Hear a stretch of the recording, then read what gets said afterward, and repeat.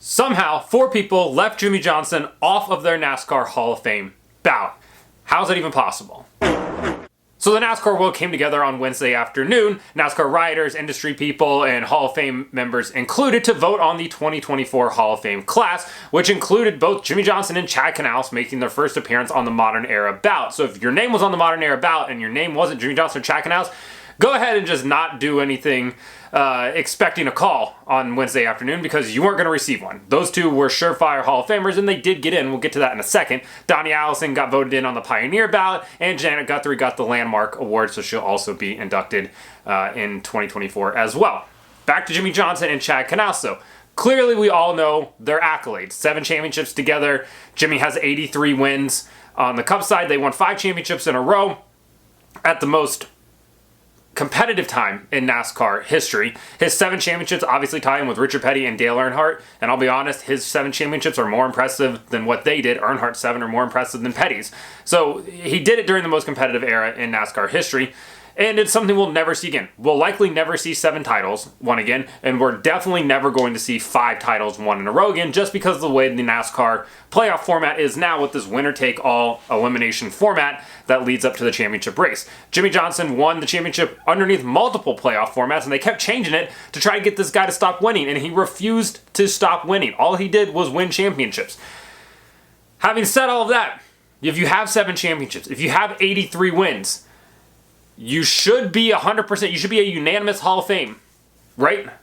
We would be wrong, because Jimmie Johnson only received 93% of the votes. 4 people, 1, 2, 3, 4, Kevin Harvick's card number, 4 people did not vote for Jimmie Johnson to make it into the Hall of Fame, which is just unfathomably stupid to me. And I know there's some observably stupid people that are on the NASCAR Hall of Fame voters, committee, council, whatever the heck they want to call themselves. They make baseball writers look like they have more integrity at this moment. And baseball writers take themselves more serious than anybody outside of, I don't know, local news probably.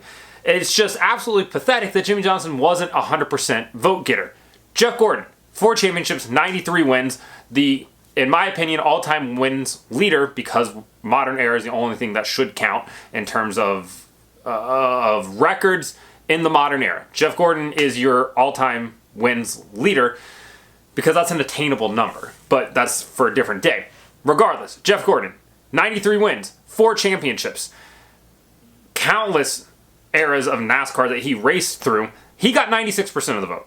He doesn't have 7 championships. He does have more wins. We get it. If they didn't change to the playoff format, to the chase, and then subsequently to this elimination format, Jeff Gordon would have had 7. We get it. I understand what everybody's saying about that. Those aren't the rules, though. So we can't live in this revisionist what-if history that people would like to delve into for, whatever reason. I agree with you, but it is what it is. So Jimmie Johnson does not get 100%. NASCAR, of course, won't name names, and I think everybody wants them to name names. Who did not vote for Jimmie Johnson? Was it Richard Petty? Did he not vote for him because he came in and changed the name of the team to Legacy Motor Club? Maybe, but Jimmie Johnson's done everything right. He won the 7 championships. He won 83 races. He stuck around for a long time. He's bought into a team and reinvested back into the sport, which is something that, weirdly, they definitely seem to care about, because Ricky Rudd should have been in already. He didn't get back in. Why? Because Ricky Rudd, when he retired, just said deuces and left. And I think that rubs a lot of people the wrong way for whatever reason. But Jimmie Johnson's done everything right, and yet only gets 93% of the vote. I would love to talk to one of these 4 people. Maybe it was Jim Utter, which unfortunately you're never going to get a good answer out of him that doesn't make you want to resort to some sort of harm. But just ask, what is a resume that would get you to vote for them on a first ballot? Because you're never going to see a resume come across your desk better than what Jimmie Johnson had. There's not a single driver right now, or likely ever again, that's going to have 7 championships for you to be able to put down and be like, yeah, this is the best we've ever seen. You're never going to see that. So how does he not get 100%? It's very mind-boggling to me, but it doesn't surprise me, right? Everybody has their own agenda. Everybody has their dumbass reasons. Somebody always has to be too cool for the room and not vote for him. I mean, even baseball writers put Mariano Rivera into the Baseball Hall of Fame as a unanimous Hall of Famer. Derek Jeter got 99%. King Griffey Jr. should have been 100%, but I think he got 97%. There's always somebody that's got to be too cool for the room. And for whatever reason, 4 people looked at their ballots this year and said, Jimmie Johnson, not a first ballot Hall of Famer, which is so confusing. And there's not a good argument that you can make for why he's not a first ballot Hall of Famer. I would just love to hear an argument. And I saw a lot of people saying, well, Jimmie Johnson, he's still an active driver. Oh, okay. So is Dale Earnhardt Jr., and he got in on his first ballot. Like, what does that have to do with anything? He made 3 starts this year. Who cares? That's the dumbest logic that you could possibly have. And that's those are people that just don't like Jimmie Johnson. And set your Jimmie Johnson hate aside. Oh, well, he won 5 championships in a row and made it really boring for everybody. Everybody else should have been better. I don't know. Why are you going to penalize that guy for doing that? It's like telling Tom Brady that he's not a unanimous Hall of Famer. And I'm sure he won't be a unanimous Hall of Famer because he won 7 Super Bowls. It wasn't exciting. Even though he did it in the 2000s, the 2010s, and then into... Did he win one in 2020? Regardless, I'm not fact-checking that.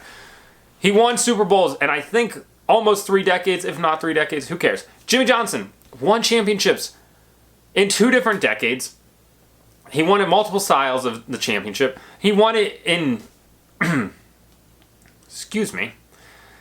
He won it in a season where they were using 2 different cars. Like, the guy just did everything correctly, and people are still like, well, he's not unanimous. It doesn't make any sense. So, Chackenhouse also gets in. He said he was very confused by the fact that Jimmie didn't get 100%. And it's dumb. And I know there's a lot of people that are like, oh, why is everybody getting worked up over this? It's not that the Hall of Fame matters. It's a relatively new Hall of Fame, right? It's just over a decade old. They went through this whole thing of putting in 5 people at a time. Quickly realized we're going to run out of people, so now they're only putting 2 in from the modern era. I get it. But it is it comes down to, I don't know, I don't want to call it the sanctity, but the integrity of the Hall of Fame. What resume could you ever see? Whose career could you ever look at and be like, that was better? And of course, they don't have the numbers for Dale Earnhardt or Richard Petty when they went into the Hall of Fame, but you can just assume that they were likely 100%, right? Regardless if you think that they're the best of their era or whatever. It's just really frustrating because you want to see people do the right thing, and instead somebody on the ballot's like, you know what, Harry Gant should make it in before Jimmie Johnson. And I'm not saying Harry Gant shouldn't be in the Hall of Fame, but I'm just saying Jimmie Johnson should be in the Hall of Fame. There's no justifiable reason that you can give to why he wasn't a unanimous Hall of Famer.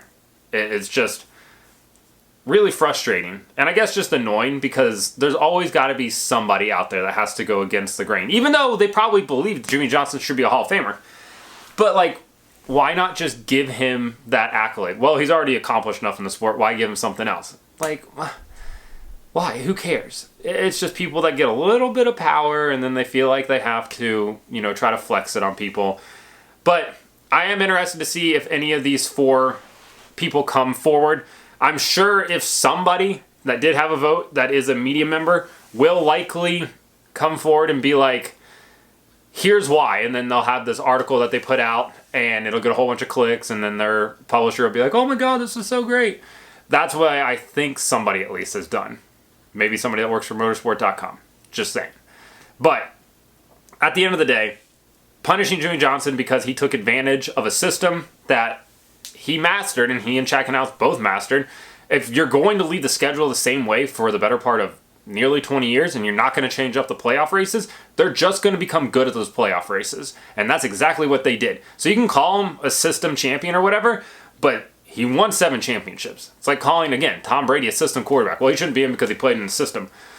Still won a bunch of rings. Still won more than anybody else. So everybody else had the same playing field.